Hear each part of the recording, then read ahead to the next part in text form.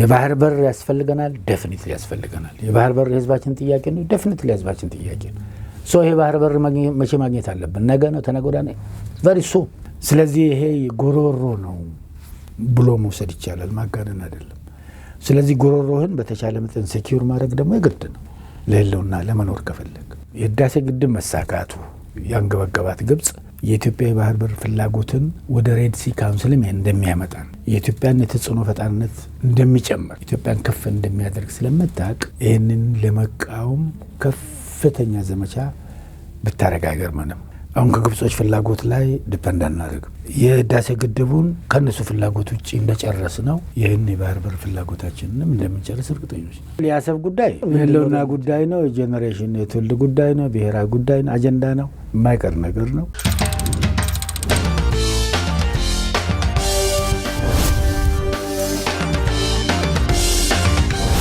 ሰላም ጤና ይስጥልን ውድ አድማጭ ተመልካቾቻችን፣ ይህ ማል ሚዲያ ጅማት ፕሮግራማችን ነው። በዛሬ ፕሮግራሜ ላይ አንድ ውድ እንግዳ ይዤላችሁ ቀርብ ያለው እኚህ እንግዳዬ በተለያዩ ሀገራት ማለትም በአፍሪካ፣ በአውሮፓና በሰሜን አሜሪካ የኢትዮጵያ ባለሙሉ ስልጣን አምባሳደር በመሆን ያገለገሉና በውጭ ጉዳይ ሚኒስቴርነት ለረጅም ዘመናት ኢትዮጵያን የመሩ እንዲሁም በኢትዮጵያ የመጀመሪያ የውጭ ጉዳይ ቃል አቀባይ በመሆን ያገለገሉ ናቸው። ከካናዳ እስከ ግብጽ ዲፕሎማት በመሆን ሀገራቸውን አገልግለዋል። በአሁኑ ሰዓት በሕዝብ ተወካዮች ምክር ቤት የውጭ ግንኙነትና የሰላም ቋሚ ኮሚቴ አባል እንዲሁም የኢትዮጵያ የአውሮፓ ህብረትና የምዕራብ አውሮፓ ሀገሮች የፓርላማ ወዳጅነት ቡድን ሰብሳቢ በመሆን እየሰሩ የሚገኙት አምባሳደር ዲና ሙፍቲ ናቸው። ከእሳቸው ጋር ጥሩ ቆይታ እናደርጋለን ብለን እናስባለን። ከእሳቸው ጋር በሚኖረን ቆይታ የምትማሩበት የምታተርፉበትና ስለ ሀገር የምታውቁበትን መረጃ የምታገኙበት ይሆናል። ከፕሮግራማችን ጋር እስከ መጨረሻው እንዲቆዩ በአክብሮት እየጠየቅኩኝ ወደ ፕሮግራሙ ወስዳችኋለሁ። እንግዲህ እንኳን በሰላም መጡ ወደ ስቱዲዮአችን። እንኳን በሰላም ቆያችሁን። ስለጋበዛችሁኝ አመሰግናለሁ። እኛም ጥሪያችንን አክብረው ስቱዲዮ ድረስ ስለመጡ ከልብ እናመሰግናለን። እንግዲህ በሀገራዊ ጉዳዮች ላይ እየተወያየን የተወሰነ ቆይታ እናደርጋለን። ወደ መጀመሪያው ጥያቄ ልለፍና እርስዎ እንግዲህ በኢህአዴግ ወቅት ሀገሮትን በተለያዩ ሙያው ላይ ሲያገለግሉ ቆይተዋል። ከውጭ ጉዳይ ሚኒስቴርነት እስከ አምባሳደርነትም አገልግለዋል። በለውጡ መንግስትም ደግሞ የውጭ ጉዳይ ቃል አቀባይ በመሆን እንዲሁም በተለያዩ ዘርፎች እያገለገሉ ይገኛሉና ለውጡን እንዴት ያዩታል? ለውጡስ በትክክለኛው መንገድ ላይ ነው ብሎ ያስባሉ? ቤዚካሊ ለውጥ እንግዲህ የተለያዩ አስፔክቶች አሉት። እንግዲህ በሀገራችን ውስጥ የተጀመረው ለውጥ ከዚህ በፊት ከነበሩት ለውጦች በተለያዩ ዘመናት ከሚስተጋቡት ለውጦች የሚለይባቸው ባህሪያት አሉት። እንደምናውቀው መንግስታት እዚህ ሀገር በኃይል ነው የሚቀያየሩት፣ በአብዮት ማለት ነው። ከቅርብ ጊዜ ብንጀምር የንጉሱ ስርዓት በወታደራዊ መንግስት መፈንቅለ መንግስት ነው የተገለበጠው። እንደገና ወታደራዊ መንግስት ደግሞ አሁንም በአብዮት ነው የሄደው። ይሄኛው የአሁኑ ለውጥ ለየት የሚያደርገው ሰላማዊ መሆኑ ነው። አብዮት የለበትም፣ ቫይለንስ የለበትም፣ ሰላማዊ በሆነ መንገድ ነው። ይህን አመላካች የሚሆነው የነበሩት ጠቅላይ ሚኒስትር ክቡር ጠቅላይ ሚኒስትር ኃይለ ማርያም ለአሁኑ ጠቅላይ ሚኒስትራችን ለክቡር ዶክተር አብይ አህመድ ሰላማዊ በሆነ መንገድ በፓርላማ መድረክ ስልጣን ሲያስተላልፉ የታየበት ሁኔታ ነው የነበረው። ከዛም ወዲህ ይህ ለውጡ ሁለገብ ነው የነበረው። ፖለቲካዊ ነው፣ ኢኮኖሚያዊ ነው፣ ማህበራዊ ነው። ከዚህ ቀደም ጠቦ የነበረው የፖለቲካ ምህዳር የሰፋበት ሁኔታ ነው ያለው። በርካታ ኃይሎች፣ የፖለቲካ ኃይሎች፣ ግለሰቦች ከውጭም ከውስጥም በተለይ ከውጭ ወደ ሀገር ቤት የተመለሱበትና በዚህ ምህዳር ላይ መሳተፍ የጀመሩበት ሁኔታ ነው ያለው።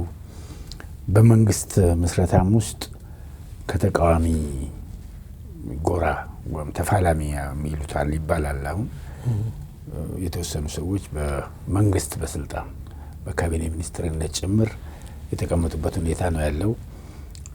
የኢኮኖሚ ለውጡም ማክሮ ኢኮኖሚክ ሪፎርሙ በጣም ሰፊ አስፔክት ነው ያለው። ዓለም አቀፍ ነባራዊ ሁኔታን ማዕከል ያደረገ የሀገሩን ተጨባጭ ሁኔታ ከግምት ያስገባ ለውጥ ነው ማለት ነው። ለውጡ ሰፊ ነው። ውጤቶቹ ደግሞ እንግዲህ በሂደት እየታዩ የመጡበት ሁኔታ ነው ያለው። የፖለቲካ ምህዳር ስፋቱ ያመጣው ነገር አለ። ቀደም ሲል ደግሞ በአንዳንድ ጎረቤት ሀገሮች ጋር የነበረው ልዩነት ሰላማዊ በሆነ መንገድ የተፈታበት ሁኔታ ነው ያለው። ለምሳሌ ኤርትራን መጥቀስ ይቻላል። በኢኮኖሚ ሪፎርም ደግሞ በግብርናው መስክ የተለያዩ ፕሮጀክቶች የተዘረጉበት ሁኔታ ነው ያለው። ለምሳሌ ሌማት ትሩፋት፣ የስንዴ ምርት የመሳሰሉት ነገሮች ማለት ነው።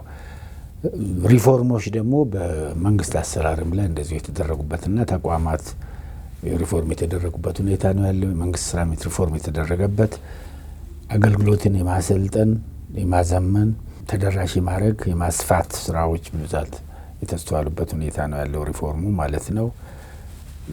ሌሎች ነገሮችን ማንሳት ይቻላል። በሪፎርሙ ሂደት እንደ ግሪን ሌጋሲ አይነት ለምሳሌ የአየር ንብረት ዝበትን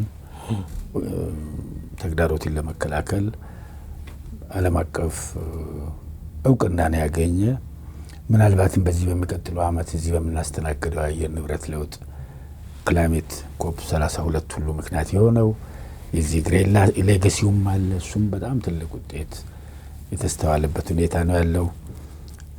ለመጀመሪያ ጊዜ ነጻ አንጻራዊ ነጻነትና ታማኝነት ያለው ምርጫ የተካሄደበት ሂደት ነው የነበረው።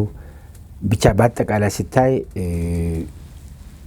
በሪፎርም ሂደት ሀገሪቷ እየገፋች ያለችበት ሁኔታ ነው። በዲፕሎማሲው መስክ እንደዚሁም ግንኙነቶች አድማስ የሰፉበትና ከሌላው ዓለም ጋር ያለን ግንኙነት ከብሔራዊ ጥቅምን ማዕከል ባደረገ ሁኔታ ፕራግማቲክ በሆነ መንፈስ ተመርቶ እየተገበረ ያለበት ሁኔታ ነው ማለት ይቻላል። በአጠቃላይ እንደ መንግስት ባለስልጣን ሳይሆን እንደ አንድ ኢትዮጵያዊ ኤርትራ ሀገር የሆነችበትን መንገድ እንዴት ይገመግሙታል?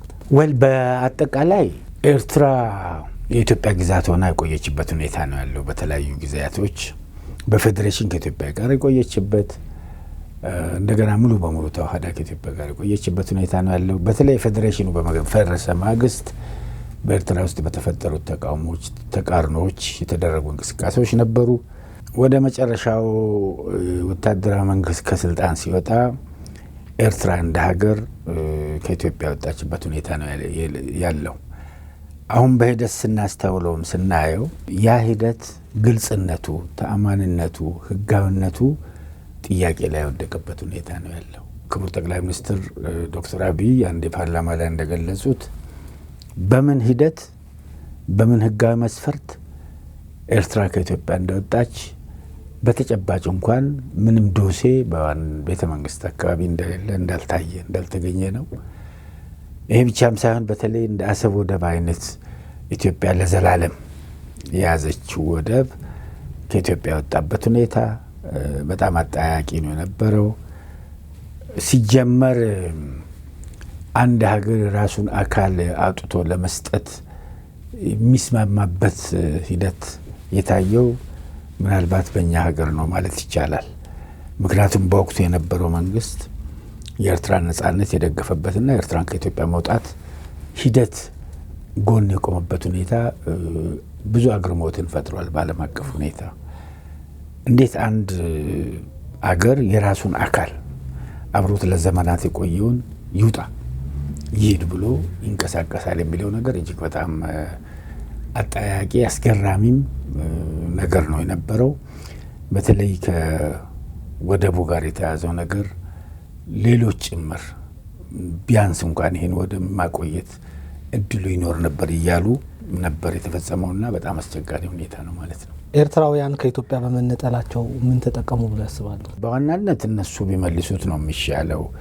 ነገር ግን ይሄ ሁለቱ ህዝብ ማለት ነው ኢትዮጵያና ኤርትራ ህዝብ በታሪክ በባህል በቋንቋ በእምነት ጭምር የተሳሰረ ህዝብ ነው። አብሮት ለዘመናት የኖረ ህዝብ ነው። እርስ በርስ ያለው መሻት አንዱ አንዱን የማፍቀር የመተሳሰቡ ነገር በጣም ጠንካራ ነው። ይሄ የተሰበረበት ሂደት ነው የኤርትራ ከኢትዮጵያ መውጣት።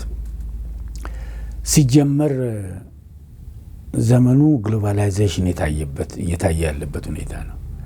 በመሰባሰብ በመዋሃድ አንድ በመሆን የሚገኝ ነገር ትሩፋት በመነጣጠል ከሚገኘው ይበልጣል። የአፍሪካ ሀገሮች ገና የአፍሪካ ህብረትን አንድነት ድርጅት የተሰኘውን ድርጅት ሲፈጥሩ ዛሬውኑ አንድ እንሆን፣ ዛሬውኑ አንድ መንግስት እንፍጠር ብለው ነበር አንዳንዶቹ ሲናገሩ የነበረው። ምክንያት አላቸው። አንድነት፣ መቀራረብ፣ መተሳሰብ፣ አንድ ላይ መሆን የሚፈጥረውን ትሩፋት ስለሚያውቁ ስለሚረዱ ነው። ነገር ግን በወቅቱ ሊሆን ስለማይችል ይሄንን በሂደት እናገኘዋለን በሚል ነው። ለምሳሌ ኢጋድ የተባለው ተቋም በምስራቅ አፍሪካ ሳዲክ ለደቡብ አፍሪካ ሀገሮች፣ ኢኳስ የምዕራብ አፍሪካ ሀገሮች፣ ማግሪብ የተሰኘ አሁን እንኳን ብዙ የማይንቀሳቀስም በሰሜን አፍሪካ ሀገሮች በሂደት በየሪጅኑ የአፍሪካ ሀገሮች አንድ ላይ በኢኮኖሚ፣ በፖለቲካ፣ በማህበራዊ ኑሮ፣ በንግድ ተሳሰሩና ቀስ እያሉ እንዲሆኑ የሚል አቋም ተይዞ ነው የቆየውና እንደ ሀገር አንድ ሆኖ የቆየ አንድ የነበረ ህዝብ ቀርቶ ሌላው ህዝብ እርስ በርስ ለመገናኘት በሚጣጣርበት በአሁኑ ሰዓት ተገንጥሎ ተነጥሎ መኖር ጠቀሜታ የለውም። ከኤርትራና ኢትዮጵያ አንጻርም ስናይ ይሄ ነው ጥሩ የሚሆነው። እንኳን እኛ አይደለንም ሰለጠኑ የሚባሉት አደጉ የሚባሉት በቴክኖሎጂ ገፉ የሚባሉት የአውሮፓ ሀገሮች ዛሬ እኮ የአውሮፓ ህብረትን ፈጥረው ያለ መፍጠር ባደረጉት ጥረት በአንድ ሳንቲም የሚነግሩበት ደረጃ ላይ ደረሱበት ሁኔታ ነው። አንዱ ሀገር አንዱ ህዝብ ከአንዱ ተነስቶ ያለ ቪዛ ሌላ ሀገር ሄዶ የሚንቀሳቀስበት አብሮ የሚሰሩበት ሁኔታ ነው ያለው። ታዲያ እኛ ገና በእድገት ሂደት ላይ ያለን ታዳጊ የሆኑ ሀገሮች ህዝቦች እንዲህ ተመሳሳይ ትውፊትና ተመሳሳይነት ያለን እዚህ ላይ ተመስርተን አንድ ብንሆን ጠቀሜታው ይበልጣል። ይሄ ለኤርትራ ብቻ አይደለም ለኢትዮጵያም ጭምር ማለት ነው። አንዱ አንዱን ማጣቱ ይጎዳን እንጂ የጠቀመን ነገር የለም። ስለዚህ የመገንጠሉን ፋሽን ለሚያቀነቅኑ ሰዎች ብቸኛ መሆኑን ለሚያቀነቅኑ ሰዎች ይሄ ምናልባት ጥሩ ነገር ነው ብሎ ሊገምቱት ይችላሉ። ነገር ግን ከአንድ ሁለት ይበልጣል። ከአንድ ብርቱ ሁለት መድኃኒቱ የሚል ተረት አለ። እውነት ነው። ስለዚህ በዚህ ደረጃ ነው መታየት ያለበትና ኤርትራውያንና ኢትዮጵያውያን አብረን ብንሆን ነው የምንጠቀቀሙ። እንኳን ኤርትራና ኢትዮጵያን አይደለም ኤርትራና ኢትዮጵያ፣ ኢትዮጵያና ሶማሊያ፣ ኢትዮጵያና ኬንያ፣ ኢትዮጵያና ሱዳን፣ ኢትዮጵያና ጅቡቲ አንድ ብንሆን የበለጠ እንደመጣለን፣ የበለጠ እንሰማለን፣ የበለጠ እናድጋለን፣ የበለጠ እንጠናከራለን፣ ለህዝባችንም የበለጠ ትሩፋት እናስገኛለን። ምክንያቱም አንዱ ያለውን ሌላው የለውም። አንዱ ያለውን ለሌላው እየሰጠ አንዱን ጉለት እያሟላ የመሄዱ እድል በጣም ከፍተኛ ነው የሚሆነውና የኤርትራም የኢትዮጵያም ከዚህ አንጻር ቢታይ ነው ጥሩ የሚሆነው የሚል ሀሳብ ነው ያለኝ። ከዛሬ 34 ዓመት በፊት የኤርትራ መንግስት በሚገነጠልበት ጊዜ ኤርትራን ሲንጋፖር የማድረግ አላማ ይዞ ነበር የተነሳው። አሁን ላይ ስናይ በዛ ልክ አይደለም ያለው። ምናልባት አሁን አብሮ ከመሆን ጋር ስላነሱልኝ ትዝ ያለኝ ጥያቄ ነውና አካባቢው ላይ ያለው ይሄ የአፍሪካ ቀንድ በተለይ አንድ ቢሆን ለመካከለኛው ምስራቅም ሆነ ለአውሮፓ ምን አይነት ጥቅም ይሰጣል? ይሄ እኮ ባይ ዘ ዌይ በተፈጥሮ የተሳሰረ ህዝብ ነው። ለምሳሌ ኢትዮጵያን ሀገራችንን ብንወስድ ኢትዮጵያ እናት ሀገር ናት ለአካባቢ ሀገሮች። ለምሳሌ የሶማሌ ተናጋሪ ኢትዮጵያኖችን ብትወስድ ከሶማሊያ ቀጥሎ በብዛት ሶማሊኛ ተናጋሪ ያለው ኢትዮጵያ ውስጥ፣ የትግርኛ ተናጋሪ ህዝብ ከኤርትራ ቀጥሎ በብዛት ያለው ኢትዮጵያ ውስጥ ነው። አፋር ኢትዮጵያ ውስጥ አለ፣ አፋር ኤርትራ ውስጥ አለ፣ አፋር ጅቡቲ አለ፣ ኢሳ ጅቡቲ አለ፣ እዚህም አሉ። ሉክ ተመሳሳይነቱ ኦሮምኛ ተናጋሪ ቦረና ውስጥ እዚህ ቦረና ኦሮሞ አለ፣ ኬንያ ውስጥ አለ። ስለዚህ ህዝቡ አንድ አይነት ህዝብ ነው። ለዚህ ነው ባውንደሪዎቹ፣ ወሰኖቹ፣ ድንበሮቹ አርቲፊሻል ናቸው፣ የኮሎኒ የቅኝ ግዛት ናቸው ተብሎ የሚባለው ኮሎኒያል ባውንደሪስ ናቸው እንጂ ህዝብ አንድን ህዝብ ለሁለት ለሶስት ለአራት የገነጠሉበት ሁኔታ ነው ያለው። ለዚህ ነው የምስራቅ አፍሪካ ሀገሮች አንድ ቢሆኑ የበለጠ ይደመጣሉ።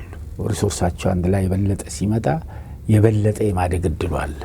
በመካከላቸው ያሉትን ልዩነቶች አሁን የሚታየውን የውስጥ የውጭ ግጭት በሙሉ ሰላማዊ በሆነ መንገድ ካስወገዱና ወደ ልማት ወደ እድገት ፊታቸውን ካዞሩ ህዝብ ትልቅ ይሆናል።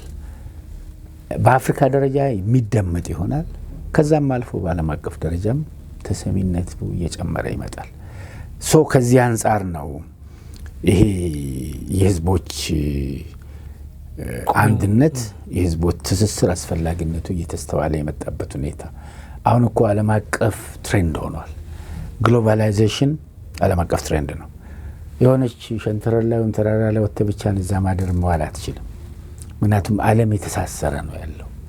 ፔሩ ውስጥ ከ5 ደቂቃ በፊት የነበረው ነገር እዚህ ተሰማዋል። አሁን እናንተ በሚዲያ የበለጠ ታውቁታላችሁ።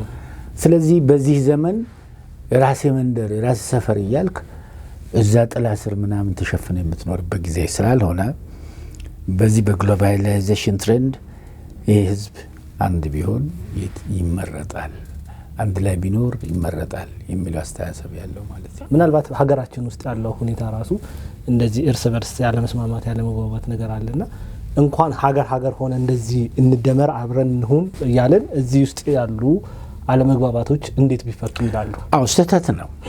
ሉክ ይሄ ነው እኮ በነገራችን ላይ ይሄ እቺ መናቀሯ እርስ በርስ መገፋፋቷ የህዝብ ውስጥ በጥልቀት ያለች አይደለች። ኢትዮጵያ ውስጥ ከምስራቅ እስከ ምዕራብ ከደቡብ እስከ ሰሜን ብትሄድ አርሶ አደሩ አካባቢ ያለውን ህዝብ ብትጠይቅ ፍላጎቴ ምንድነው ይባል ከ1 እስከ 10 ተመሳሳይ ነው። ምናልባት አንዱ በኦሮምኛ ነው የሚነግርህ፣ አንዱ በትግርኛ ነው የሚነግርህ፣ አንዱ በአማርኛ ነው የሚነግርህ። ኢንትረስቱ አንድ አይነት ነው። እቺ የመገፋፋቷና የመንደርተኝነቷ ነገር ያለችው የኛ ቢጤ ይሄ ከተማ ፊደል የቆጠረው ኤሊቷ ጋር ናት። ኤሊቷም ደግሞ እቺን የሚያደርገው ለምንድን ነው? ስልጣን በህዝብ ስም የከሌ ህዝብ የኔ ህዝብ የማ ህዝብ የዛ ህዝብ በሚል እቺ የስልጣን ቤኔፊት ለማግኘት የሚያደርገው እንቅስቃሴ እንጂ ህዝብ ፍላጎት አይደለም። ህዝብን ጠልቶ አያውቅም። ህዝብ የተለያየ ቋንቋ ሊናገር ይችላል፣ የባህል ልዩነት ሊኖር ይችላል፣ የእምነት ልዩነት ሊኖር ይችላል። እንደ ህዝብ ግን ህዝቡ ይተቃቀፋል። የአብዛኛው የኢትዮጵያዊ አርሶ አደር ፍላጎት ማዳበሪያ፣ የእርሻ መሬት ስፋት፣ ግብር፣ ትምህርት ቤት፣ ጤና ጣቢያ ለልጆቹ ይሄ ነው። ከዛ በላይ ያለው የኢሊቱ የዚህ ፊደል የቆጠረውና የከተሜው ጥያቄ ነው። ከተሜ ሲባል የከተማ ነዋሪው ማለት አይደለም። ይሄ ሰለጠንኩ አወቅኩ የሚለው ኢሊቲስት ይሄ ነው እኛም ችግርና ይሄ መጥፋት አለበት ነው። ይሄ ህዝቡን የሚወክል አይደለም። ህዝቡ ተደጋግፎ ነው አብሮ መጠቃቀም የሚችለው። ግብርና ኢንዱስትሪን መደገፍ አለበት። ኢንዱስትሪው ሌላውን ሴክተር እየደገፈ ጤናን መደገፍ አለበት፣ ትምህርትን መደገፍ አለበት። ተደጋግፎ እነዚህ ሴክተሮች በሙሉ የሚያድጉት በትብብር ብቻ ነው መሆን የሚችለው። ይሄ ደግሞ በየአካባቢ ባለው ህዝብ መሀል ባለው ስምምነት ነው። ስለዚህ እንዳልከው እዚህም በውስጥ የሚታየው ትሬንድ መቅረት አለበት። ትልቁ ጥያቄ የልማት ጥያቄ ነው። ከድህነት የመውጣት ጥያቄ ነው። ከኋላ ቀርነት የመውጣት ጥያቄ ነው። ድንቁርናን የማስወገድ ጥያቄ ነው።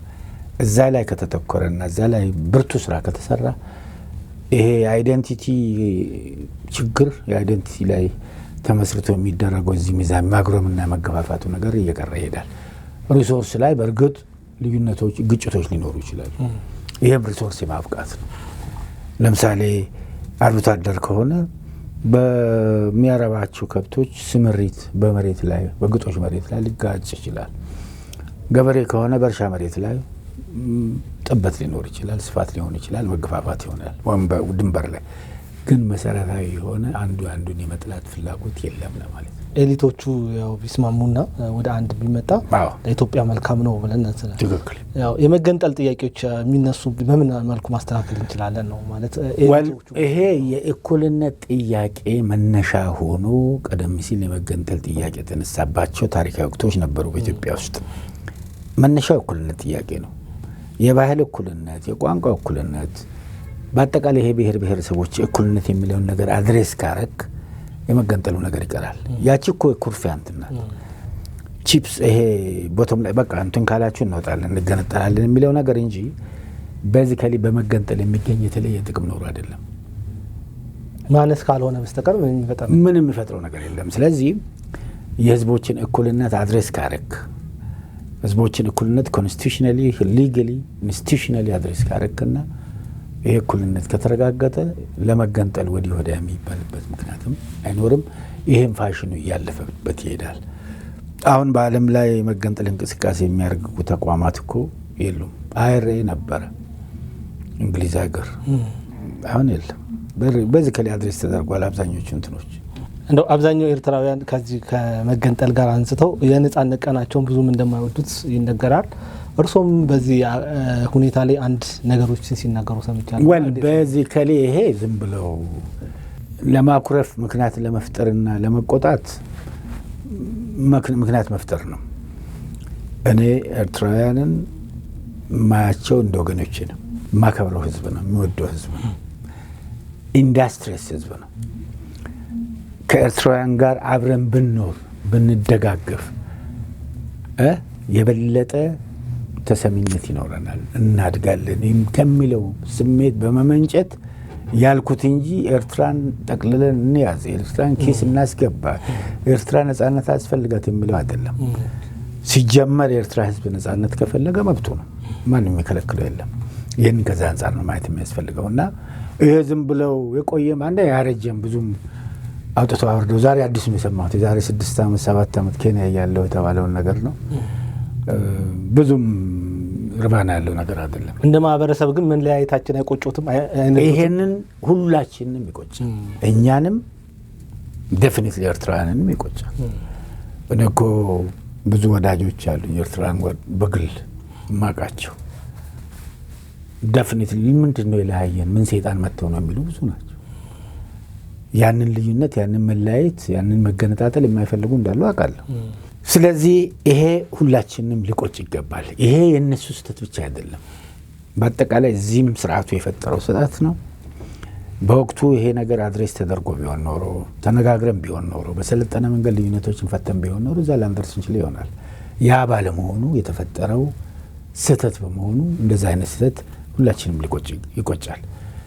ከስህተቱም በላይ ደግሞ መለያየታችን ስህተቱ የፈጠረው ውጤት ያስቆጫል ማለት ነው።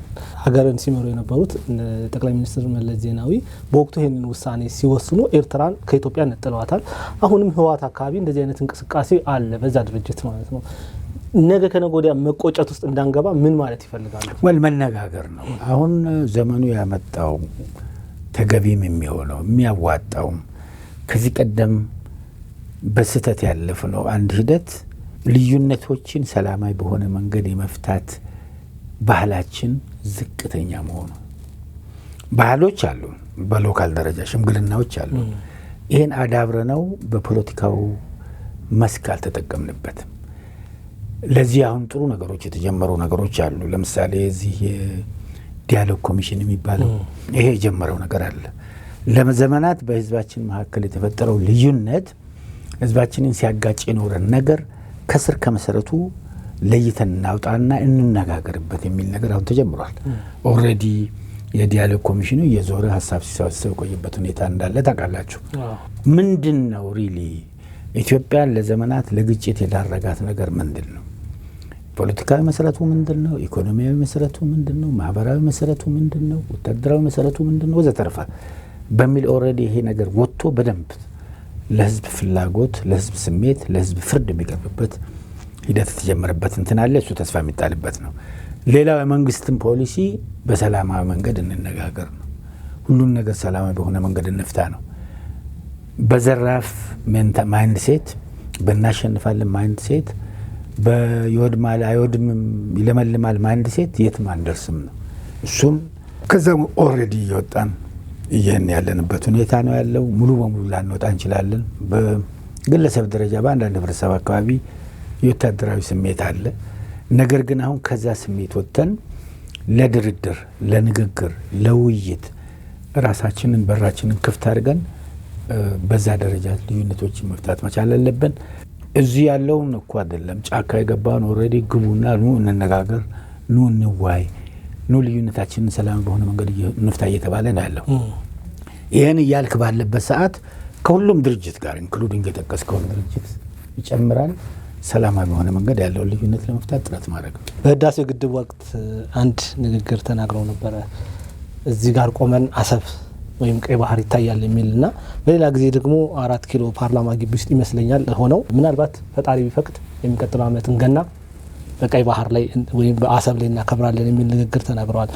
ምናልባት ከዚህ ጉዳይ አንጻር እርሶም ዲፕሎማት እንደመሆኑ ምን አይነት ስራ እየተሰራ ነው?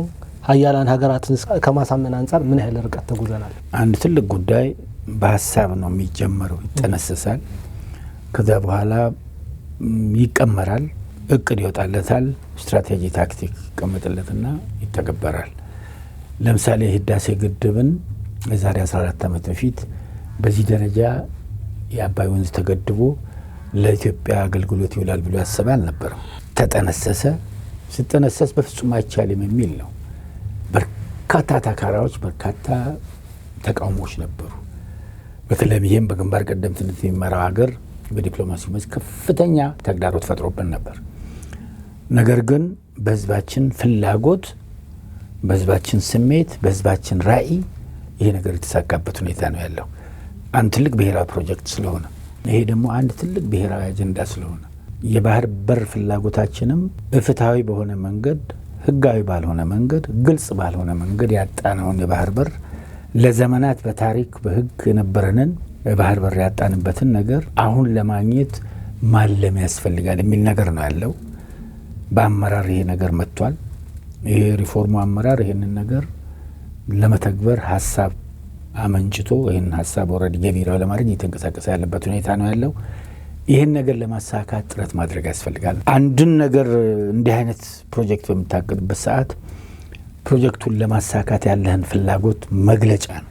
የባህር በር ያስፈልገናል፣ ዴፊኒትሊ ያስፈልገናል። የባህር በር የህዝባችን ጥያቄ ነው፣ ዴፊኒትሊ የህዝባችን ጥያቄ ነው።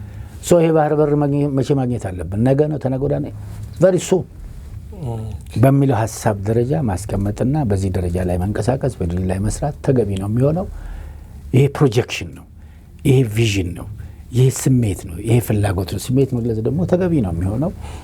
በስሜት ዙሪያ ነው ሰዎች ተነሳስተው አንድ ውጤት የማይሆን ነገር የሚሰሩትና ከስሜት አንጻር የተባለ ነገር ነው፣ ተገቢም ነው ብዬ አስባለሁ። አሁንም የዛሬ ዓመት ይሁን የዛሬ 2 ዓመት ይህንን የትውልድ ጥያቄ ማሳካቱ ነገር ኦልሬዲ ውጤታማ ይሆናል ብዬ አስባለሁ። ቅድም እንዳልከው ደግሞ ይህንን ዲፕሎማቲክ ራሊ እየተደረገ ያለበት ሁኔታ ነው ያለው። ዲፕሎማቲክ ድጋፍ ለማግኘት ጥረቱ እየተደረጉ ያለበት ሁኔታ፣ ጥሩ ውጤቶች እየታዩ ያለበት ሁኔታ ነው።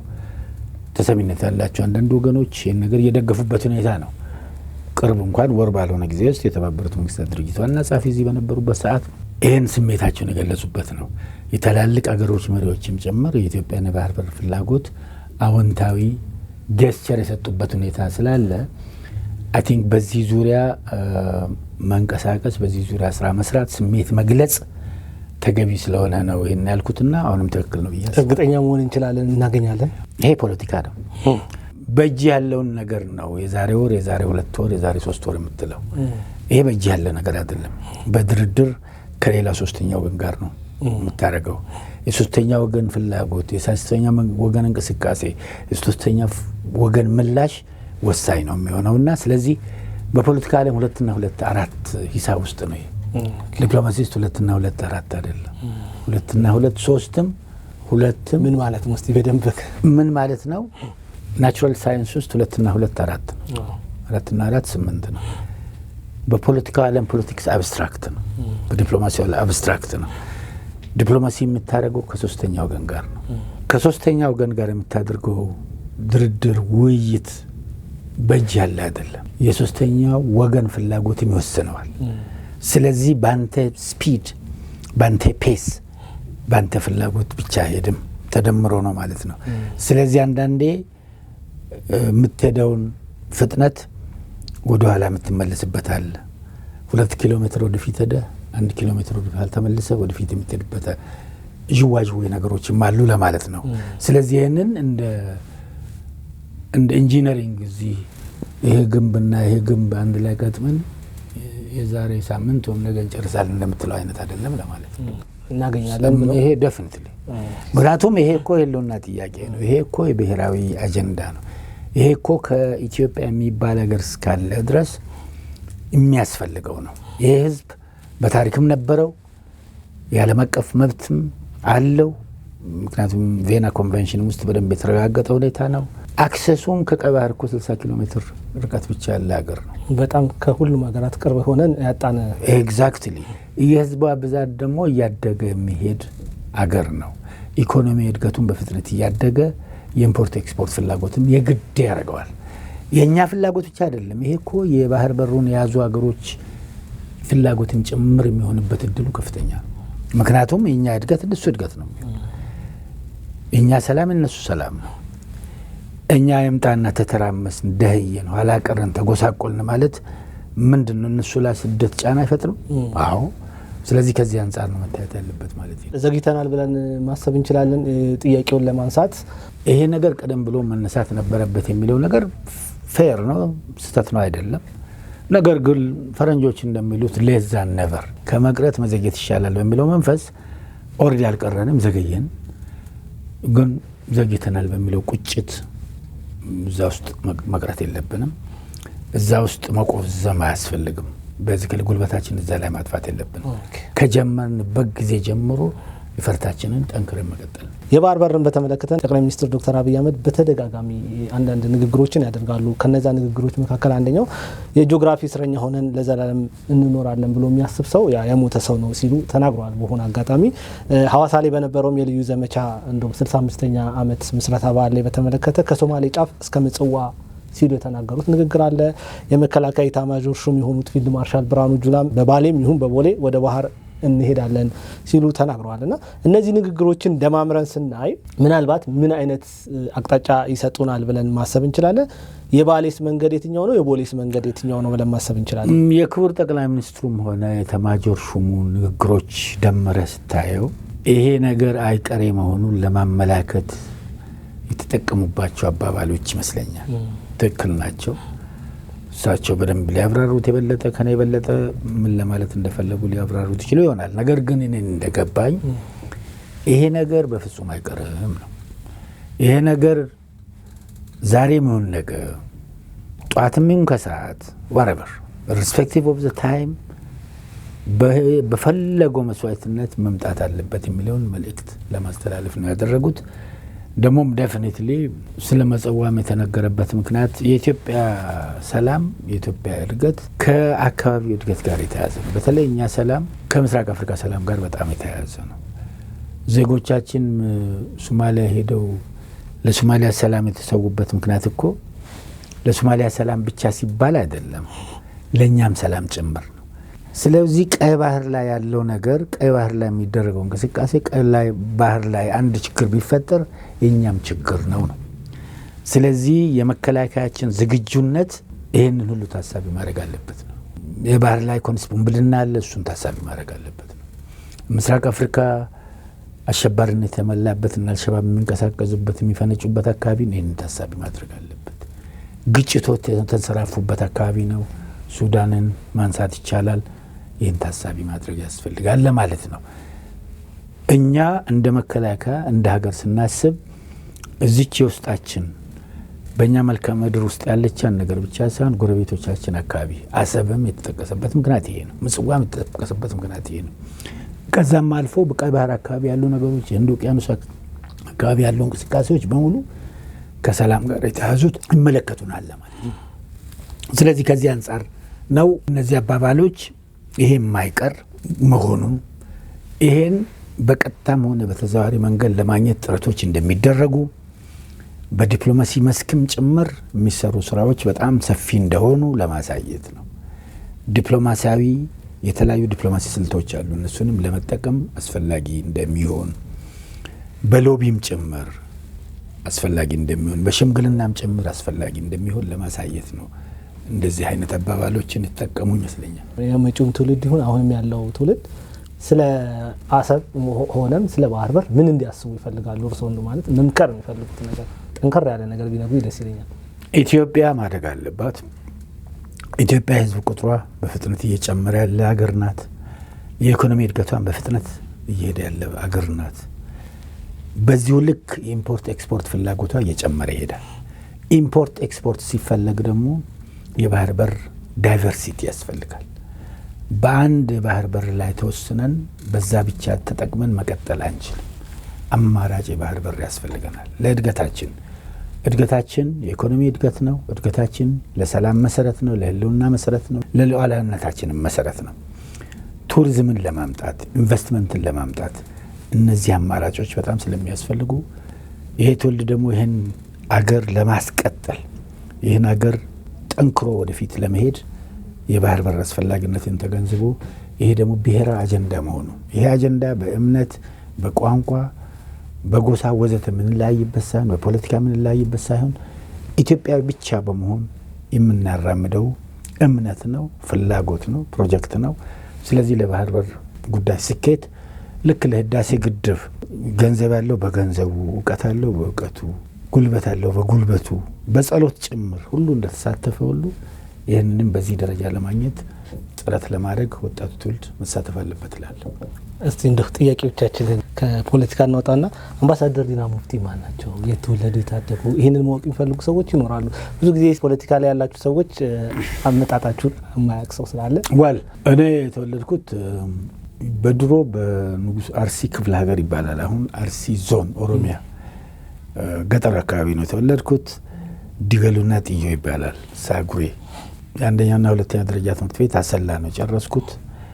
ከዛ አዲስ አበባ ዩኒቨርሲቲ 6 ኪሎ ነው የመጀመሪያ ዲግሪ ነው ያስኩት። የፖለቲካል ሳይንስ እና ዓለም አቀፍ ግንኙነት የሚባል ዲፓርትመንት አለ። እዛ እንደጨረስኩ ውጭ ጉዳይ ነው ገባሁት። ኦል ዘ ዌይ ስራዬ ውጭ ጉዳይ ነው የነበረው እስከ መጨረሻው። ማለት ከውጭ ጉዳይ ውጪ ሌላ መስሪያ ቤት ሰርቼ አላውቅም። እንደ ዲፕሎማት በውጭ ጉዳይ ባሉት የተለያዩ ዲፓርትመንቶች ለምሳሌ መጀመሪያ እንደገባው አፍሪካና ሚድል ኢስት፣ ከዛ ኤዥያ እና አውስትራሌዥያ፣ ከዛ እዚህ ከተወሰኑ ዓመታት ካገለገልኩ በኋላ የመጀመሪያ ምደባ የነበረው ካናዳ ነው። ኢትዮጵያ ኤምባሲ በዲፕሎማትነት 6 ዓመት ቆየሁ። እዛው ነው ሁለተኛ ዲግሪንም በፖለቲካል ሳይንስ የሰራሁት ኦታዋ ዩኒቨርሲቲ። ካናዳ ደግሞ ወደ ዋሽንግተን ተቀይሬ በካውንስለርነት 3 ዓመት። ከዛ ተመልሼ በዋና መስሪያ ቤት በቃል አቀባይነት። በነገራችን ላይ ቃል አቀባይ የሆንኩት 3 ጊዜ ነው። የመጀመሪያ የውጭ ጉዳይ ቃል አቀባይም በእኔ ጊዜ ነው የተመሰረተው። የመጀመሪያው ቃል አቀባይ የሚባል ተቋም አልነበረም ውጭ ጉዳይ። እሷ ቃል አቀባይ ያለው አሁን በአምባሳደርነት ተሹሜ ወደ ዚምባብዌ ሄድኩኝ። ዚምባብዌ ሆኜ ዛምቢያ፣ ሞዛምቢክ፣ አንጎላና ሞሪሸስ ከቨር አረግ ነበር። 4 ዓመት ቆይታ በኋላ እንደገና ስዊድን ሄጄ ስካንዲኔቪያን ተቀማጭነት የስቶክሆልም ሆኖ በኖርዌይ፣ ፊንላንድ፣ ዴንማርክ፣ አይስላንድ አምባሳደር ነበርኩ። ከዛ ተመልሼ መጣሁ። እንደገና አሁንም በቃል አቀባይነት ቀጠልኩ።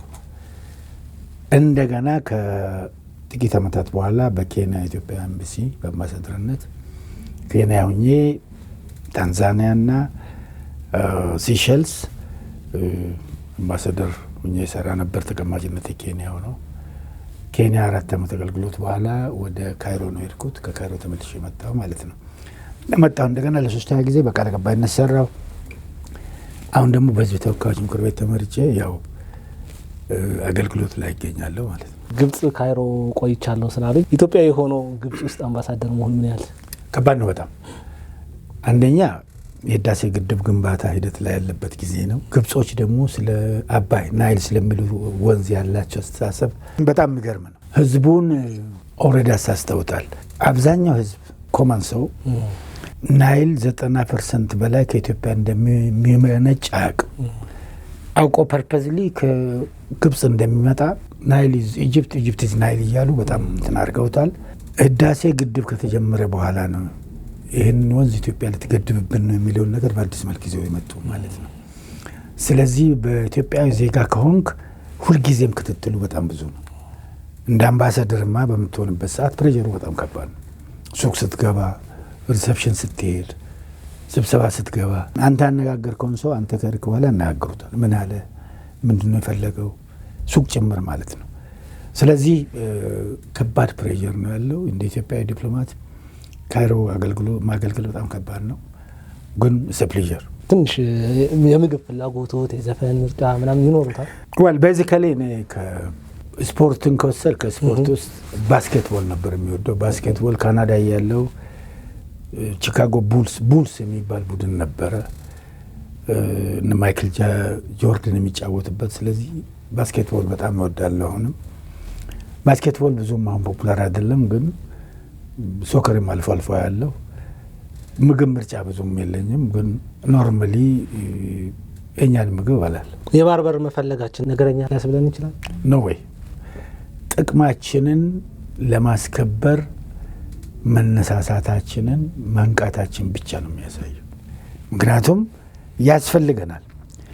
ይሄንን እኮ ለጌጥ አይደለም። ይሄን ነገር የምንፈልገው እኮ ለኔሴሲቲ ስለሆነ የግድ ነው፣ የህልውና ጉዳይ ነው። አሁን አንድ ባህር በር ነች ያለችው። ጅቡቲ ላይ የምናጠፋው ገንዘብ ቀላል ገንዘብ አይደለም። የሚጠፋውም ጊዜ ቀላል አይደለም። ትራኮች እኮ ሄደው ጅቡቲ ከተማ ተሰልፈው ነው ሲመጡና ሲሄዱ። ትልቅ መስተጓጎል ነው ያለው። ኦቨርሎድድ ነው። ስለዚህ አማራጭ የባህር በር ግድ ያስፈልገናል። ጅቡቲ ውስጥ ደግሞ አይምጣና አንድ መጥፎ ነገር ቢፈጠር ምን ልንሆን ቀጥላሉ ነገር ኤግዛክትሊ። ስለዚህ ከዚህ አንጻር ይሄ ለግዠሪ ሳይሆን ይሄ ቅንጦት ሳይሆን ኔሴሲቲ ነው። ትውልዱ ገብቶታል ወይ ብለው ያስባሉ? እንዲገባ ያስፈልጋል። ምን መሰራት አለበት? ይህንን ሚዲያ እንደናንተ አይነት ሚዲያዎች እንደዚህ አይነት መድረኮችን አዘጋጅታችሁ በጉዳዩ ላይ ኢንትረስት ያላቸውን ፍላጎት ያላቸውን እውቀት ያላቸው ወገኖች ማናገር ያስፈልጋል። የንግዱንም ማህበረሰብ ጭምር ማናገር ያስፈልጋል። ለምሳሌ ኢምፖርተር ኤክስፖርተሮችን ለምን አታነጋግሩ? እስቲ ጅቡቲ ስትመጡ ስትሄዱ በተለይ ምንድነው የሚገጥማችሁ እክል ምንድነው ያለው ውጣ ውረድ የሚለውን ነገር አትሌት ኢምፖርተር ኤክስፖርተሮች ለህብረተሰቡ ቢገልጹ በእርግጥም ይሄ ነገር ያስፈልገናል የሚለው ነገር በደንብ ፍንትው እያለ ይመጣል ማለት ነው። እንደው ሸቀጥ ላይ የተለያዩ አሁን ያሉ የኑሮ ውድነት ላይ የባህር በር ማጣታችን ኦር ደግሞ ለጅቡቲ የምንከፍለው ክፍያ በደንብ ተጽዕኖ አድርጓል ማለት ነው። ምንም ጥያቄ የለውም። የተያዘ ነው ኢኮኖሚ እንትን እኮ እና ዲሌያንስ አለ። አንዳንዴ ጅቡቲ ከተማ ውስጥ እኮ የኢትዮጵያ ትራክ ሰልፍ ስታየው በጣም ነው የሚገርም። ሾፌሮቹ ጭምር እዛው ነው የሚተኙት፣ እዛው ነው የሚያድሩት። በጣም ነው የሚያሳዝኑት። ከባድ ነው መንገዱ፣ ከባድ ነው። እንዳልኩት ነው እንደው አይምጣና እንደ የሆነ ችግር ቢፈጠር ሴኩሪቲ ችግር ቢፈጠር ኢማጂን ሊሆን የሚችለውን ነገር አሁን ዲሌያንሱ ከፈጠረው በላይ ምን ሊሆን እንደሚችል። ስለዚህ ይሄ ጎሮሮ ነው ብሎ መውሰድ ይቻላል፣ ማጋነን አይደለም። ስለዚህ ጎሮሮህን በተቻለ መጠን ሴኪዩር ማድረግ ደግሞ የግድ ነው ለህልውና ለመኖር ከፈለግ። ከዚህ በፊት ባልተለመደ መልኩ ታላላቅ ሀገራት ወደ ኢትዮጵያ ይመጣሉ መሪዎች ማለት ነው። በቅርቡ እንኳን ብንመለከት የቱርኩ ፕሬዚዳንት፣ የሳውዲ ውጭ ጉዳይ ሚኒስትር፣ የእስራኤሉ ፕሬዚዳንት እንዲሁም የጣሊያኑ ጠቅላይ ሚኒስትር ብቻ ከፍተኛ ሀገራትን የሚመሩ ሰዎች ወደ ኢትዮጵያ እየመጡ ይገኛሉ። የኢትዮጵያ በዚህ ደረጃ ለመምጣታቸው ምክንያት ምንድን ነው ብለው ያስባሉ? የመሪዎች ጉብኝት የመሪዎች መመላለስ ትልቅ ትርጉም አለው። አንድ ሀገር መሪ ያለ ጉዳይ ያለ ምክንያት ከሀገሩ ተነስቶ አይወጣም፣ ሌላ ሀገር አይሄድም። ለሀገሩ ጥቅም የሚሆኑትን ነገሮችን ሲያስተውል ማለት ነው። የኢኮኖሚ ጥቅም ሊሆን ይችላል፣ የፖለቲካ ጥቅም ሊሆን ይችላል፣ ማህበራዊ ጥቅም ሊሆን ይችላል፣ ባህላዊ ጥቅም ወዘተርፈ። ስለዚህ ኢትዮጵያም ላይ ከቅርብ ጊዜ ወዲህ ያለው ነገር የአካባቢ ሀገሮችም ሆኑ ራቅ ያሉ ትላልቅ ሀገሮች ኢትዮጵያ ላይ ፎከስ የማድረግ ነገር አለ። አንድ ኢትዮጵያ በዚህ አካባቢ የምታደርጋቸው እንቅስቃሴዎች አሁን ቅድም የምናወራቸው በሪፎርሙ የተገኙ ውጤቶች የኢትዮጵያ አጠቃላይ ነባራዊ ሁኔታ አትራክቲቭ ሲሆን ይስባቸዋል ማለት ነው። ስለዚህ እዚህ በመጡበት ሰዓት ኢትዮጵያን ለመጥቀም ብቻ አይደለም ራሳቸውም ለመጠቀም ጭምር ነው። ምክንያቱም ዲፕሎማሲ ሰጥቶ መቀበል ነው። አፍተረውን ስለ ንግድ ከተዋዋሉ፣ ስለ ቱሪዝም ከተዋዋሉ፣ ስለ ኢንቨስትመንት ከተዋዋሉ የጋራ ጥቅም ነው የሚሆነውና ቤዚካሊ የኢትዮጵያን የዲፕሎማሲ ከፍታ ያሳያል ማለት ነው። የኢትዮጵያን ተፈላጊነት መጨመሩን ነው የሚያሳየው። በሪጅኑም ጉዳይ ኢትዮጵያ የምትመከር ከኢትዮጵያ ጋር መመካከር እንደሚያስፈልግ እዚህ ሪጅን አካባቢ ቀይ ባህር አለ፣ ኢንዲያን ኦሽን አለ፣ ባቤል መንደብ አለ፣ ስዊስ ካናል አለ። ከፍተኛ የንግድ ቀጠና ነው ያለው። የግጭት ቀጠናም ነው። መካከለኛ ምስራቅ የምናውቀው ነው። ስለዚህ እዚህ አካባቢ ያሉትን ችግሮች ለመፍታት የንግዱንም ሂደት ለማሳለጥ ሰላማዊ እንቅስቃሴ ለመፍጠር ኢትዮጵያን እንደ ተዋናይ ኢትዮጵያን እንደ አጋር አድርጎ የመጠቀም ነገር አለ። እዚህ አካባቢ የአክራሪነት አልሸባብ እንቅስቃሴ አለ። ይህንንም እንቅስቃሴ ለመግታት የኢትዮጵያ ወዳጅነት ከኢትዮጵያ ጋር አብሮ መስራት አስፈላጊ ነው የሚሆነው። ስለዚህ እነዚህ መሪዎች ያጠቀስካቸው የሚመጡት ለባይላተራል ጥቅም በዋናነት ቀጥሎም ደግሞ ለመልቲላተራል ጥቅም ጭምር ስለሆነ ይሄ ለኢትዮጵያ ሰየው የምንለውና የምንፈልገው ነው መሆንም ያለበት ነው። የኢትዮጵያን ደረጃ ከፍታ ነው የሚያሳየው ማለት ነው። እንደ ወደብ ሳናገኝ በዚህ ያክል አካባቢው ላይ ተጽዕኖ መፍጠር ከቻልን ወደብ ብናገኝ ምን አይነት ተጽዕኖ ልንፈጥር እንችላለን? ኢማጂን እንግዲህ የበለጠ ንግድ ሲሳለጥ፣ የበለጠ ኢንቨስትመንት ሲመጣ፣ የበለጠ ቱሪዝም ሲጨምር፣ የበለጠ የቴክኖሎጂ ዝውውር ሲያድግ አሁን ካለንበት ደረጃ የበለጠ ተሰሚነት ይኖረናል። ተፈላጊነታችንም እየጨመረ ይሄዳል። ለዚህም ነው እንግዲህ ይህንን ብሔራዊ ፕሮጀክት የወደብ ፕሮጀክት እናሳልጠው የምንለው። የግብፅን ስጋት እዚህ ላይ በእናነሳ ደስ ይለኛል። ወደብ ሳናገኝ በዚህ ያክል ታላላቅ ሀገራት ከኛ ጋር ለመስራት በጣም በከፍተኛ ሁኔታ እየተንቀሳቀሱ ነው። ወደብ ስናገኝ ደግሞ በቀጠናው ብቻ አይደለም በአፍሪካ ላይ ተጽዕኖ ማምጣት እንደምንችል ይታወቃል። ይሄ ታዲያ የግብፅ ትክክለኛ ስጋት አይሆንም ማለት እንችላለን ነው እንጂ በዋናነት ከህዳሴ ግድብ ጋር ከናይል ወንዝ ጋር በተያያዘ ከአባይ ወንዝ ጋር በተያያዘ ግብፅ ያላት ቁርሾ አለ። ቀደም ሲልም ኢትዮጵያ የባህር በር አካባቢ ሆና እያለች ከቀይ ባህር 60 ኪሎ ሜትር ርቀት ላይ እያለች የሬድ ሲ ካውንስል የሚባል ግብፅና ሌሎች ቀይ ባህር አዋሳኝ ሀገሮች ያሉበትን ማህበር አካባቢ ኢትዮጵያ ድርሽ እንዳትል ግብጾች ከፍተኛ ተጽዕኖ ሲያደርጉ ነበር። ከፍተኛ ክልከላ ሲያደርጉ ነበር። ከፍተኛ ዲፕሎማሲ እንቅስቃሴ ሲያደርጉ ነበር። ከሞላ ጎደል ተሳክቶላቸው እኛ ሬድ ሲ ካውንስል አባል ሳንሆን ቆይተናል። አሁን ደግሞ የህዳሴ ግድብ መሳካቱ ያንገበገባት ግብፅ የኢትዮጵያ የባህር በር ፍላጎትን ወደ ሬድ ሲ ካውንስልም እንደሚያመጣን የኢትዮጵያን የተጽዕኖ ፈጣሪነት እንደሚጨምር ኢትዮጵያን ከፍ እንደሚያደርግ ስለምታውቅ ይህንን ለመቃወም ከፍተኛ ዘመቻ ብታረግ አይገርመንም። ቅርብ ጊዜ የምናየው ነው። በጎረቤት ሀገሮች አካባቢ የግብፅ ልኡካኖች ባለስልጣናት የሚያንዣብቡት ለሽርሽር አይደለም፣ ለቱሪዝም አይደለም። እነዚህ ጎረቤት ሀገሮች በኢትዮጵያ ላይ ተጽዕኖ እንዲፈጥሩ ኢትዮጵያን በተጽዕኖ ስር ለመጣል በህዳሴ ግድቡ ያጡትን ነገር ደግሞ በዚህ በቀይ ባህር በባህር በር ላይ ለማሳካት የሚያደርጉት እንቅስቃሴ ነው ማለት ይቻላል። እንደው እዚህ ጎረቤት ሀገር ላይ የሚያንዣብቡትን ነገር ካነሳን ጅቡቲም ሶማሊያም ኤርትራ ላይም ብዙ ነገሮችን ሲያደርጉ ነበሩ ግብፃውያን ማለት ነው። ተሳክቶላቸዋል ማለት እንችላለን? ወል አልተሳካላቸው ልሳካላቸውም አይችልም። ምክንያቱም ከሶማሊያ ጋር ያደረጉት ነገር አንድ ጊዜ ይሄ ነገር እንደማይሆን ኦልሬዲ የሶማሊያ አመራርም እየተረዳ የመጣበት ሁኔታ ነው ያለው። ምክንያቱም የሶማሊያ መሪዎችም ወደዚህ የሚመጡበት አንዱ ምክንያት ይኸው ነው። ይህን አቋማቸውን ለማስረዳት ነው። እኛ እኮ እናንተን አንቃወምም ለማለት ነው። ከልባቸው ይሁን ኢንፋክት አንዳንዴ ደስ ስላቸው ወደ ካይሮ ይሄዳሉ፣ ግን ከዛ ሲመለሱ ደግሞ ኢትዮጵያን ላለማስቆጣት ወደዚህ የሚመጡበት ሁኔታ አለ። በሙሉ ልብ ከግብጾች ጋር የቆሙበት ሁኔታ የለም። ግብጾች በእጅ ጥምዘዛ በጣም ኃይለኞች ናቸው። ተጽዕኖ ለመፍጠር በርካታ ፕሬሸር ይጠቀማሉ፣ በርካታ እጆችን ይጠቀማሉ። ነገር ግን ለዚህ ለእጅ ጥምዘዛ ሙሉ በሙሉ አልተሳካላቸውም። እነዚህ ሀገሮች ደግሞ መሀል ላይ ተደብቆ የመቆም ተደብቆ ግብጽ መሄድ ተደብቆ እዚህ መምጣት ሁለቱም ጋር መማሳሰል እንጂ ሙሉ በሙሉ ለግብጽ እጅ የሰጡበት ሁኔታ የለም። ስለዚህ ግብጾችን በዚህ ደረጃ አልተሳካላቸው። የኢትዮጵያ መንግስት እዚህ ላይ በተደጋጋሚ የሚለው ነገር አለ፣ አብሮ ተማደግ ነው ሁልጊዜም የሚናገረው ከጎረቤት ሀገራት ጋር ማለት ነው። ግብጽ ግን ብዙ ጊዜ የራሷን ጥቅም ከማስጠበቅ አንጻር ነው ከነዚህ ጎረቤት ሀገሮች ጋር እየተንቀሳቀሰች ያለችው እና ለምንድን ነው የኢትዮጵያን ፕሮፐርሊ ስሜት መረዳት ያቃታቸው እነዚህ ጎረቤት ሀገሮች? ማለት ኢትዮጵያ ፍላጎቷ አብሮ ማደግ ስለሆነ ብዬ ነው። ወል በዋናነት መልሱ እነሱ ቢሰጡ ይሻላል። ግን የእጅ ጥምዘዛው አለ፣ የውጭ ፕሬሸሩ አለ።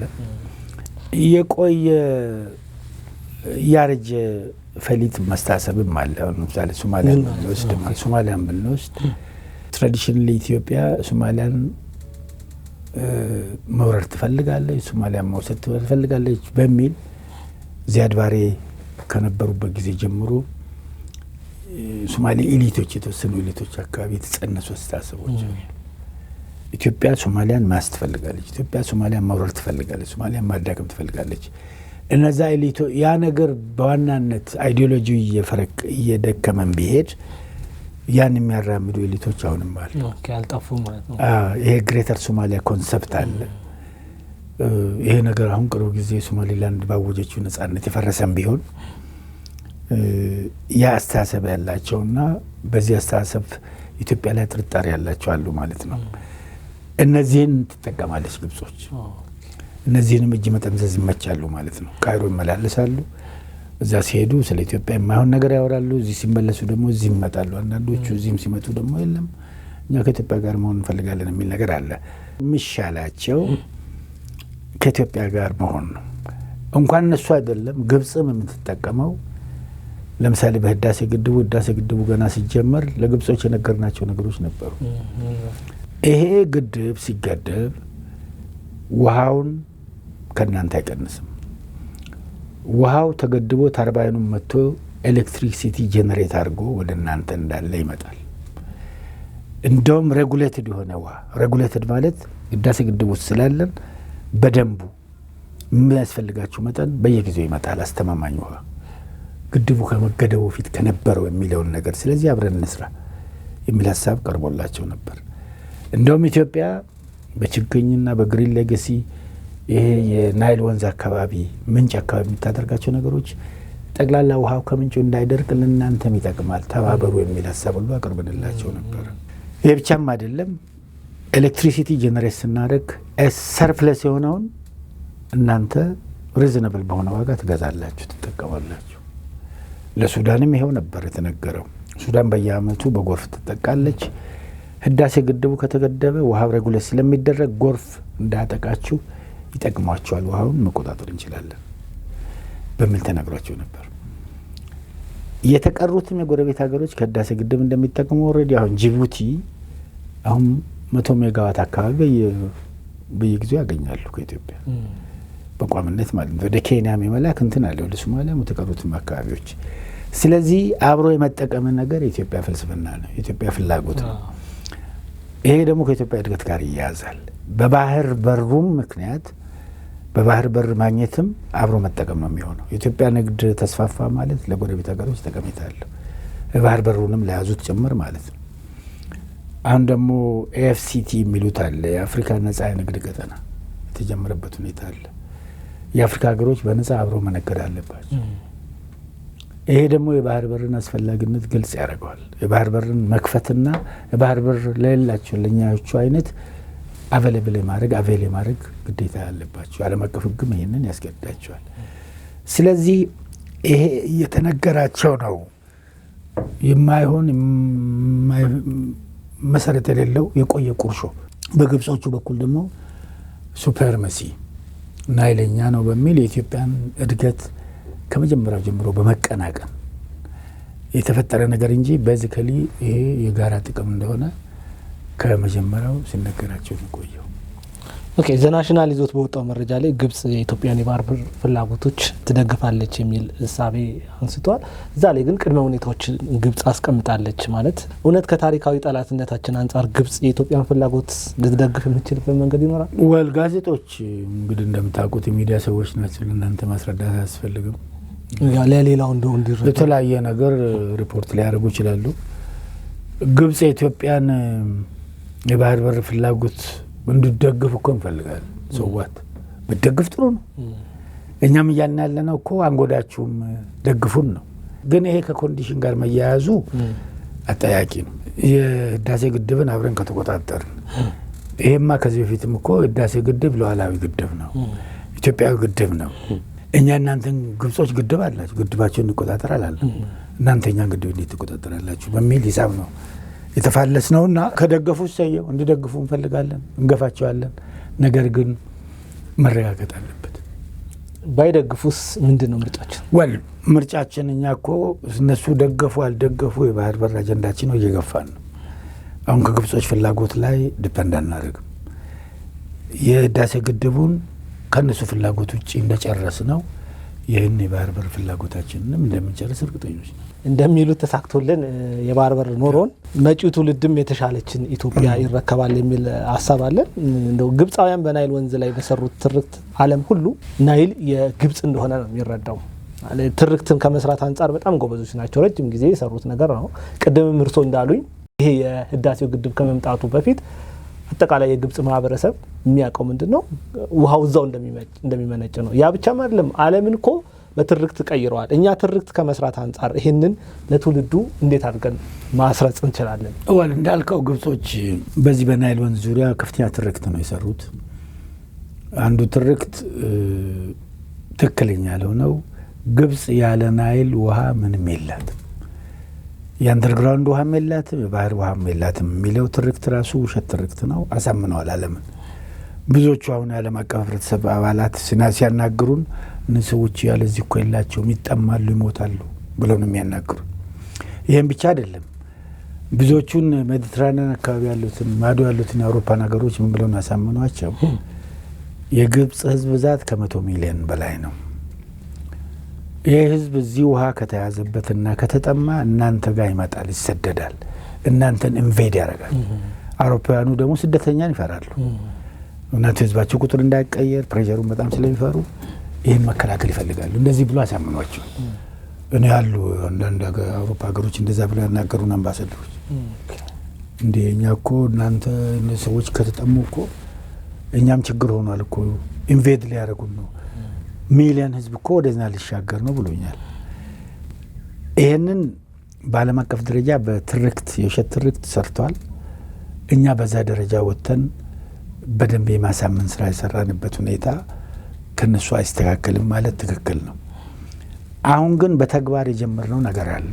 በተግባር የተጀመረው ነገር ህዳሴ ግድቡን መፈጸም መጀመር፣ ግን ከዚህ ጎን ደግሞ አሁንም ህዳሴ ግድቡ እንደማይጎዳቸው ግብጽንም ሱዳንንም ይበልጥ እንደውም እንደሚጠቅማቸው ይህን ትርክት በደንብ ማስፋት አለ። የግብጾችን ትርክት ደግሞ የሚያፈርስ ለምሳሌ ግብጾች እኮ አንደርግራውንድ ውሃ አላቸው፣ ከቆፈሩ ማግኘት ይችላሉ።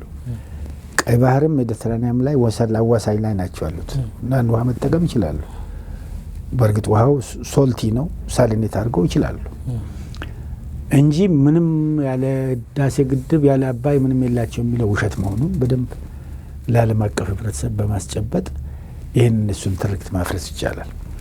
የኢትዮጵያ ፍላጎት ጀኑን መሆኑን ለህዝቧ መብራት፣ ለህዝቧ ልማት፣ ኢነርጂ እንጂ የታችኞቹን ተፋሰሱን ሀገሮች መጉዳት እንደማትፈልግ ለዚህም ደግሞ ሁልጊዜም እንደምትሰራ ይህንን ትርክት በደንብ ማስፋትና የግብጾችን ትርክት ማፍረስ ወይም ማዳከም ወይም ከጥቅም ውጭ ማድረግ ይጠበቅብናል ማለት ነው። እንደ እዚህ ላይ ማንሳት ፈልገው ኢትዮጵያ ከጥንትም ጀምሮ በተለይ አባቶቻችን የከፈሉት መስዋዕትነት አለ።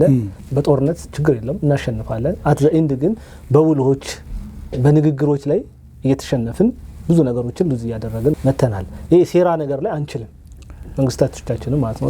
እሱ ላይ ምንድነው መሰራት ያለበት ብሎ ያስባል? ዌል ቤዚካሊ ሴራ ጀኑን ነው ማለት አይደለም፣ ግን አንዳንዴ ለብሔራዊ ጥቅም የምታደርጋቸው ሴራዎች ይኖራሉ። ለብሔራዊ ጥቅም ስትል የተወሰነ ኢሞራል ያልሆነ ውሸት ማድረግም ትችላለህ። እንዳልከው በዚህ ደረጃ ሶፊስቲኬትድ የሆነ ስራ መሰራት አለበት የሚለው ትክክል ነው፣ ገንቢ ነው፣ ሀሳቡን ወስደዋለሁ። እኛ ዲፕሎማሲ በዛ ደረጃ መጠናከር አለበት። እኛ ዲፕሎማሲ ሰፋ ማለት አለበት። በዲፕሎማቶች በመንግስት ተቋማት ብቻ ከሚሰራው በላይ የእምነት ተቋማት፣ የዩኒቨርሲቲ ተቋማት፣ ትምህርት ተቋማት፣ ከፍተኛ ትምህርት ተቋማት፣ የሚዲያ ተቋማት፣ የታዋቂ ግለሰቦች፣ አርቲስቶች፣ ዜጎች ጭምር የሚሰሩት የፓብሊክ ዲፕሎማሲ ስራ መጠናከር አለበት። በዚህ ትርክታችንን ማፋፋት፣ ማስፋት፣ ማጠናከር እንችላለን። ግብጾችን ከደረሱበት ደረጃ መብለጥ እንችላለን የሚለውን ነገር ነው ማስበው። እንደው እርስዎ ዲፕሎማት እንደመሆነት መጠን አሁን በኢትዮጵያና በኤርትራ መካከል ያለውን የዲፕሎማሲ ሂደት እንዴት ይመለከታሉ? ሁለቱ ሀገራት ወደ ጦርነት የመግባት እድል አላቸው ብለው ያስባሉ? ዋለኔ ፐርሰናል ፍላጎት፣ የህዝባችንን ፍላጎት፣ የመንግስታችንን ፍላጎት ብዬ ማስበው ጦርነት አዋጭ እንዳልሆነ። ወደ ሰላም ድርድር የተከደው እኮ ጦርነት ስለማይፈለግ ነው። ልዩነቶችን ግን ሰላማዊ በሆነ መንገድ እንፍታ የሚለው ነገር አሁንም ጠረጴዛ ላይ ነው ያለው። ጦርነት አምራች አይደለም፣ ምርት አጥፊ ነው። ጦርነት ኋላ ቀርነትን ነው የሚያመጣው። ጦርነት ልማትን አያመጣም የሚለውን ፈሊጥ ነው መያዝ አለብን። ስለዚህ በተቻለ መጠን ወደ ጦርነት መግባት የለብንም ካልተገደድን በስተቀር የሚል ሀሳብ ነው ያለኝ። ጦርነት ይነሳል አይነሳም የሚለው ላይ መጠንቆል አልፈልግም። እንደው አይ በሰላም በአንድ መልኩ ማለት አንድ ሰው ስለፈለገ ወይ አንድ ሀገር ስለፈለገ ብቻ ይመጣል ብለን አናስብም። በነጥብ ሀሳብ ደረጃ ትክክል ነው። እኛ ደግሞ ፍላጎት አለን፣ በተለይ የአሰብ ጉዳይ ላይ ፍላጎት አለን። እነሱ ደግሞ ያንን ላይ ፖዚቲቭ አይደሉም። እንዴት ሊሆን ይችላል? ወል የአሰብ ጉዳይ የህልውና ጉዳይ ነው፣ የጄኔሬሽን የትውልድ ጉዳይ ነው፣ ብሔራዊ ጉዳይ ነው፣ አጀንዳ ነው፣ የማይቀር ነገር ነው። ቅድም እኮ በተለያየ መንገድ መሪዎቻችን ብለውታል፣ በባሌም በቦሌም። ስለዚህ ከአሰብ ጉዳይ ጋር ይሄን ነገር ማያያዝ አያስፈልግም። የአሰብንም ጉዳይ ቢሆን አሁን ኢትዮጵያ እያለች ያለችው ሰላማዊ በሆነ መንገድ በድርድር እንጨርሰው ነው። በሰጥቶ መቀበል መሪን እንጨርሰው ነው እንጂ በጦርነት በወረራ በጉልበት የሚል ነገር የለም። ያልከው ቲዎሬቲካሊ ትክክል ነው። ሰላም ኒድስ ቱ ዌይስ ያንተ ጉዳይ ብቻ አይደለም፣ የሁለት ወገን ጉዳይ ነው። ሰላም የማይፈልግ ኃይል መኖር የለበትም ብለን ተስፋ እናደርጋለን። ሌላውም ኃይል ሌላውም ወገን ልቦና እንዲገዛ እስካሁን ከሰላም ማንም ሊጠቀም እንደሚችልና ከጦርነት ማንም እንደማይጠቀም እንዲረዳ ማድረግ ነው። ሀገራችን ውስጥ በተለይ በትግራይ ክልል አካባቢ የኤርትራ ጦር ገብቷል። ኦብቪየስሊ እኛ ይህንን ሰላም ብንፈልግም እነሱ ግን ሰላምን ገፍተው እየመጡ ያሉበት ሁኔታ አለና ከዚህ አንጻር እርስዎ ዲፕሎማትም እንደመሆኑ መጠን የሚሉት ነገርና እንደው የሚመክሩት ነገር ካለ እድል ስጦት ብዬ። ሰላም መሰረት ነው የሁሉ ነገር። ሰላም ለኢትዮጵያ ሕዝብ፣ ሰላም ለኤርትራ ሕዝብ፣ ሰላም ለዓለም ፒላር ነው። ለልማት ለእድገት ለሁሉ ነገር ሰላም ወሳኝ ነው። ስለዚህ ለሰላም ሁሉ ሰው ቢተጋ ይሻለዋል። ሁሉም ልቦናውን ለሰላም ከፍቶ ቢንቀሳቀስ ቢሰራ ይሻለዋል የሚል መልእክት ነው ያለኝ። በርካታ ሀገራት ውስጥ እንግዲህ አምባሳደር ሆነው ሰርተዋል። መጀመሪያ አምባሳደር ሆነው ሀገርን ወክለው ሌላ ሀገር ውስጥ መስራት ምን አይነት ስሜት አለው? እንደው የማይረሱት ገጠመኝ እስካለ? ወል እንደ አምባሳደር ወይም እንደ ዲፕሎማት ሌላ ሀገር ሆነ ስትሰራ የሀገርን ነገር እንቅልፍ ነው የሚነሳ። ምክንያቱም የሀገር ተወካይ ነህ። እንደ ግለሰብ አይደለም እዛ ያለው፣ እንደ ሀገር ተወካይ ስላለ ሀገርን የሚመለከት ነገር ሁሉ አንተ ጋር ነው የሚመጣው። የሀገር መጥፎ ገጽታ ያንተ ፕሬዠር ነው የሚሆነው። የሀገርም ጥሩ ነገር በዛው ልክ። ከጥሩ ነገር ብነሳ እኔ ደቡብ አፍሪካ ዚምባብዌ ያለው እዚህ አንጎላ፣ ሞዛምቢክ የአፍሪካ ሀገሮች አካባቢ እንቀሳቀሳለሁ።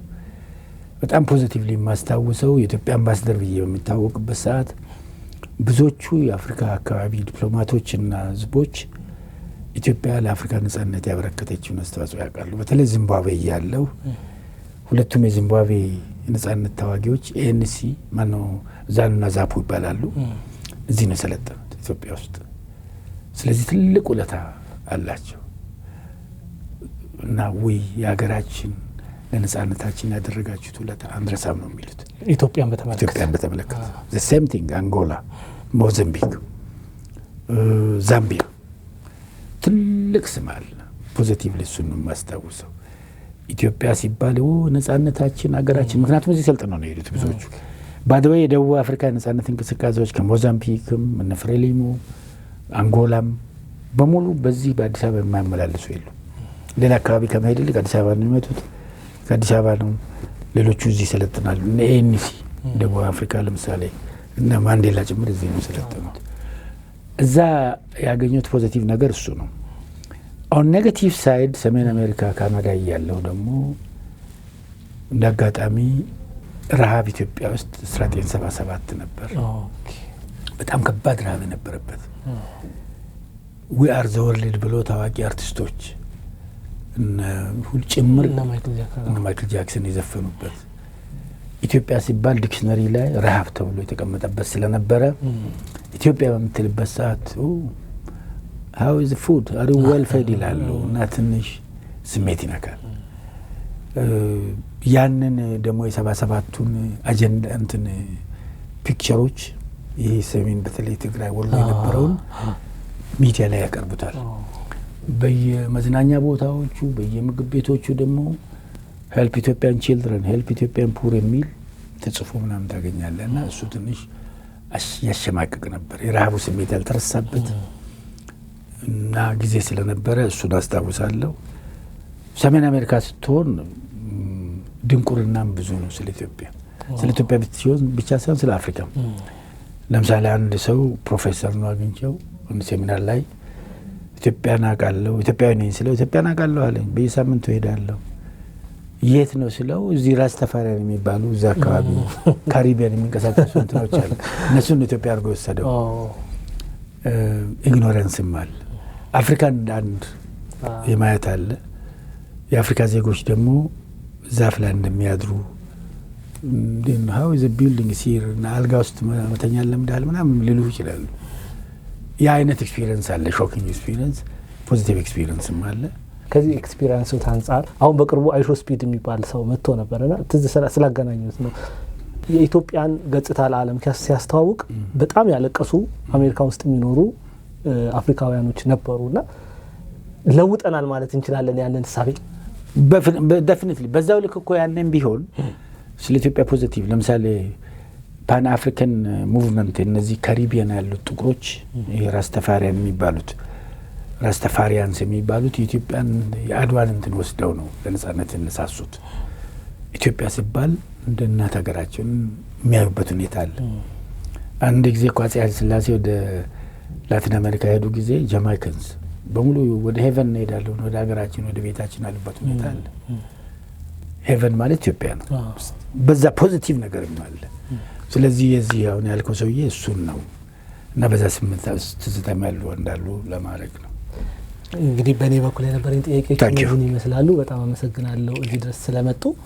በሕዝብ ተወካዮች ምክር ቤት የውጭ ግንኙነትና የሰላም ቋሚ ኮሚቴ አባል እንዲሁም የኢትዮጵያ የአውሮፓ ህብረት እና የምዕራብ አውሮፓ ሀገሮች የፓርላማ ወዳጅነት ቡድን ሰብሳቢ ከሆኑት አምባሳደር ዲና ሙፍቲ ጋር የነበረን ቆይታ ይህንን ይመስላል። በሚቀጥለው ሳምንት ከሌላ እንግዳ ጋር እስከምንገናኝ መልካም ጊዜ ይሁንላችሁ። መልካም ሰዓት